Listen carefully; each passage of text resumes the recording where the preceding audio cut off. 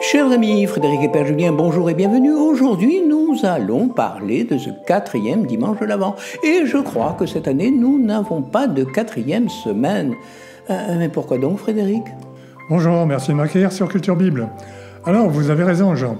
Pas de 4e semaine, puisque pour le temps de l'Avent, nous ne comptons pas les jours comme au carême, mais les dimanches, et il nous en faut 4. Et le soir du 4e dimanche, ce sera Noël, mais que cela ne vous empêche pas d'étudier ce magnifique texte de l'Annonciation. Magnifique texte, l'Annonciation à Marie, dans le récit de Saint Luc. Chers auditeurs, si vous aimez notre chaîne et que vous voulez nous montrer votre soutien, pensez à vous abonner. Et si vous likez avec le pouce, ça donne à notre vidéo un meilleur référencement. Et je vous lis le texte. En ce temps-là, l'ange Gabriel fut envoyé par Dieu dans une ville de Galilée appelée Nazareth, à une jeune fille vierge accordée en mariage à un homme de la maison de David, appelé Joseph. Et le nom de la jeune fille était Marie. L'ange entra chez elle et dit « Je te salue, comblée de grâce, le Seigneur est avec toi. » À cette parole, elle fut toute bouleversée et elle se demandait ce que pouvait signifier cette salutation. L'ange lui dit alors « Sois sans crainte, Marie, car tu as trouvé grâce auprès de Dieu. Voici que tu vas concevoir et enfanter un fils, tu lui donneras le nom de Jésus, il sera grand, il sera appelé fils du Très-Haut. Le Seigneur Dieu lui donnera le trône de David, son père, il régnera pour toujours sur la maison de Jacob, et son règne n'aura pas de fin. » Marie dit à l'ange, « Comment cela va-t-il se faire, puisque je ne connais pas d'homme ?» L'ange lui répondit, « L'Esprit Saint viendra sur toi, et la puissance du Très-Haut te prendra sous son ombre. C'est pourquoi celui qui va naître sera saint, il sera appelé fils de Dieu.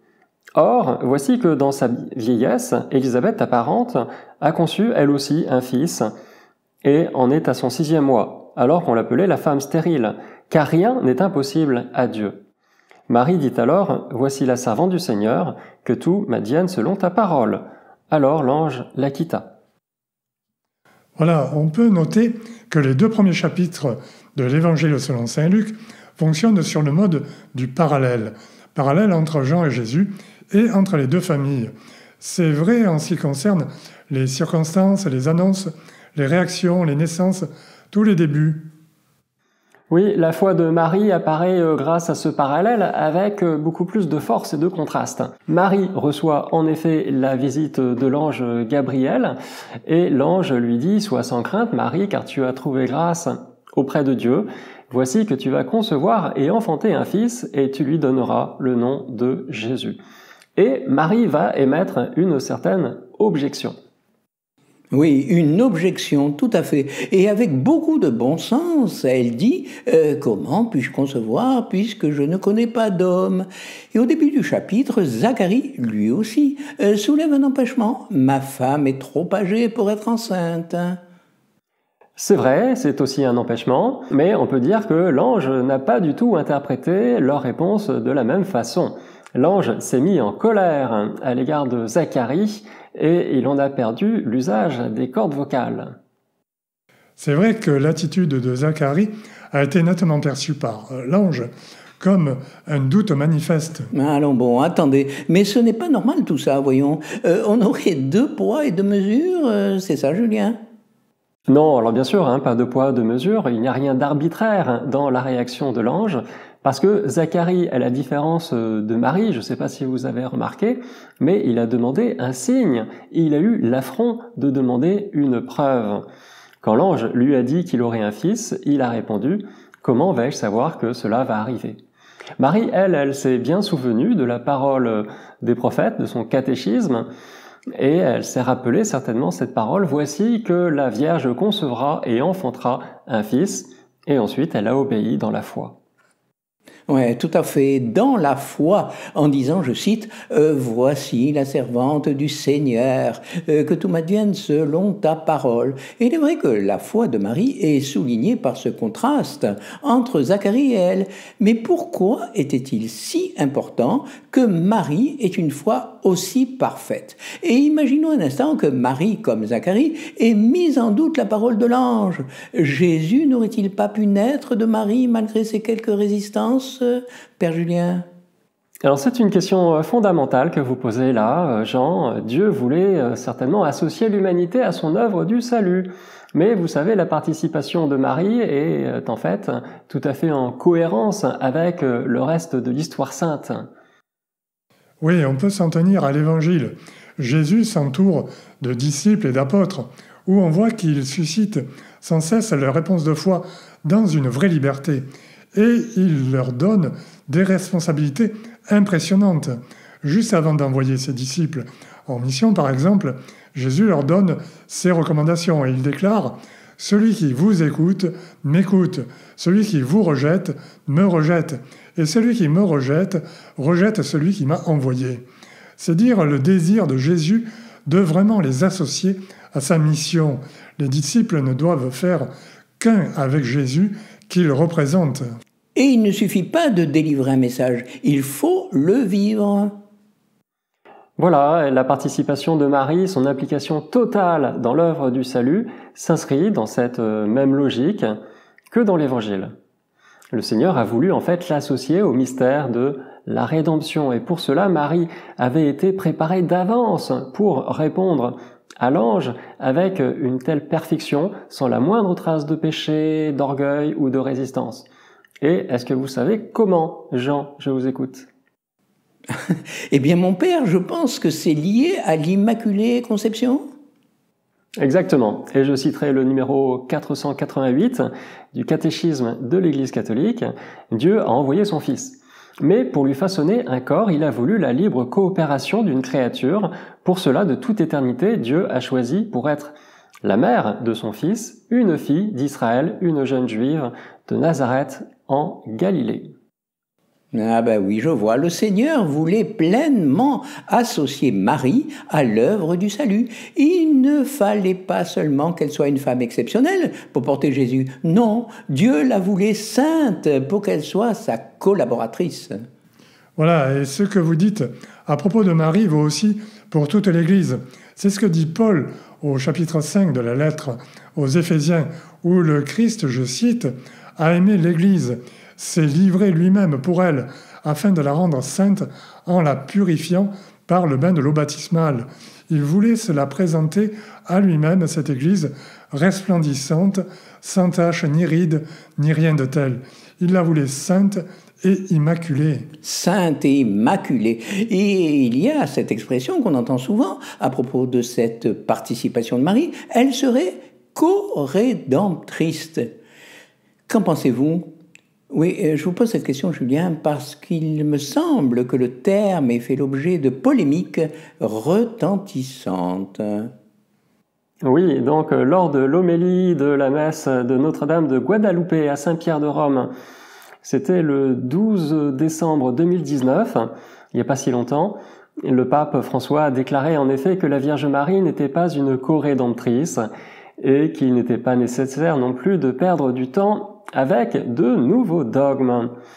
Vous vous souvenez de cette prise de position? Oui, c'était aussi la veille du 50e anniversaire de l'ordination du pape. Le pape François devait subir depuis quelque temps la pression de son aile conservatrice et il a peut-être manqué un peu de diplomatie en qualifiant ce nouveau dogme marial de non-sens, selon la traduction française. Mais en espagnol, le mot utilisé, tonterías, est plus fort. Il signifie absurdité, sottise. Des paroles qui ont été jugées déplacées dans le cadre d'une homélie et même méprisantes à l'égard de la Vierge Marie. Alors, place aux théologiens. Voyons, dites-nous ce que vous en pensez, messieurs, de ce terme de co-rédemptrice. C'est vrai que le mot co-rédemptrice est entré plus ou moins dans le vocabulaire de l'Église. On l'entend souvent à l'occasion de grandes fêtes mariales, mais je vois ce qui a pu gêner, bien sûr, le pape François. Le terme associe la Vierge Marie à la rédemption, très bien, mais il met aussi Marie et Jésus sur un pied d'égalité, et là, ça va pas. Ouais. Julien, je vois clairement où est le problème. Et quelle a été la position de son prédécesseur, le pape Benoît XVI, Frédéric ? Alors, Joseph Ratzinger, quand il était préfet de la Congrégation pour la doctrine de la foi, avait déclaré, je cite, « Ce qui est juste dans cette appellation de co-rédemptrice, c'est que le Christ ne reste pas extérieur et forme une nouvelle et profonde communauté avec nous. Tout ce qui est à lui sera nôtre et tout ce qui est nôtre, il l'a fait sien. Fin de citation. Là, vous reconnaissez la définition de la rédemption. Dieu nous sauve en nous faisant participer intimement au Christ. Et comme Marie réalise en plénitude ce que l'Église est appelée à devenir, la façon dont elle participe au mystère du Christ est accomplie parfaitement. Oui, mais le cardinal Ratzinger poursuit dans ce même texte en disant que cette intimité extraordinaire que Marie entretient avec son Fils ne doit pas nous faire oublier que tout vient du Christ, absolument tout. Il est le seul et unique Rédempteur. Et ce terme de co-rédemptrice est en ce sens vraiment ambigu. Mais alors, pourquoi cette insistance permanente à croire que chaque fois qu'il y a un nouveau pape, la question ressurgit ? Alors non, quand même, il y a quand même un événement exceptionnel qui est survenu il y a quelques années et dont il faudrait parler. Alors on vous écoute, Frédéric. Oui, c'était en mai 2002. C'est là que les apparitions d'Amsterdam avaient été reconnues. Ah, Amsterdam, la ville où tout est permis. Et que s'est-il passé au juste ?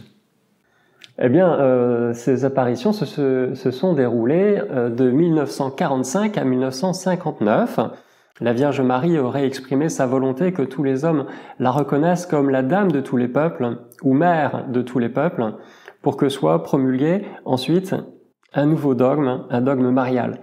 Et donc ce nouveau dogme, vous l'avez deviné, concernerait sa co-rédemption. Marie serait, je cite, co-rédemptrice, médiatrice et avocate. Voilà, et dans ces apparitions, la Vierge Marie se serait en outre adressée aux papes et aux théologiens en leur expliquant que grâce à ce dernier et ultime dogme, la Dame de tous les peuples donnerait la paix, la vraie paix au monde. C'était le 31 mai 1954. Après la reconnaissance des apparitions en 2002 par l'évêque d'Amsterdam, donc c'était une reconnaissance tout à fait locale, il y a eu plusieurs rebondissements. Et le dernier en date remonte à 2020 avec le rejet franc et massif de cette reconnaissance par la Congrégation pour la doctrine de la foi. L'évêque d'Amsterdam a dû se faire remonter les bretelles. Il n'y aura sans doute pas de nouveau dogme sur Marie co-rédemptrice, mais il n'en demeure pas moins que Marie a été rendue pleinement participante et coopératrice dans l'œuvre du salut. Voilà pourquoi à l'Annonciation, l'ange demande à Marie sa pleine adhésion. Il la voulait vraiment à ses côtés. Je suis la servante du Seigneur, et qu'il me soit fait selon ta parole. Voilà, Frédéric et Père Julien, merci pour ce nouvel éclairage sur un texte que nous connaissons bien, n'est-ce pas ? Et je vous dis à lundi prochain, comme chaque semaine, sur Culture Bible, dès 18h. Très bonne fête de la Nativité à toutes et à tous. Merci Jean-Paul, Frédéric et Daniel, et bonne fête, et à lundi prochain.